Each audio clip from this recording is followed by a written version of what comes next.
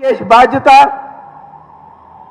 Petrol diesel పెంచము అని చెప్పని మాటలు చెప్పిన నారా లోకేష్ ఈరోజు ఏమయ్యారు అని చెప్పని ఈరోజు వైఎస్ఆర్ కాంగ్రెస్ పార్టీ తరఫున మేము అందరం డిమాండ్ చేస్తాం.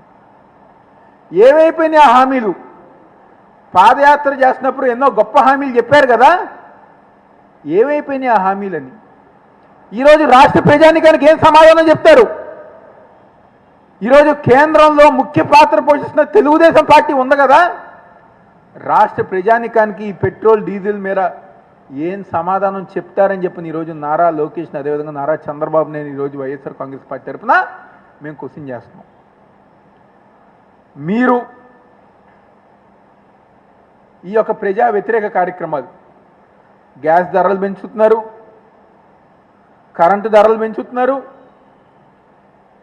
ఈరోజు ఏదైతే నిత్యావసర సరుకులు ఉన్నాయో వాటి ధరలు గారే పెంచుతున్నారు, ఈరోజు పెట్రోల్ డీజిల్ ధరలు గారే పెరిగినాయి. కాబట్టి ఇవన్నీ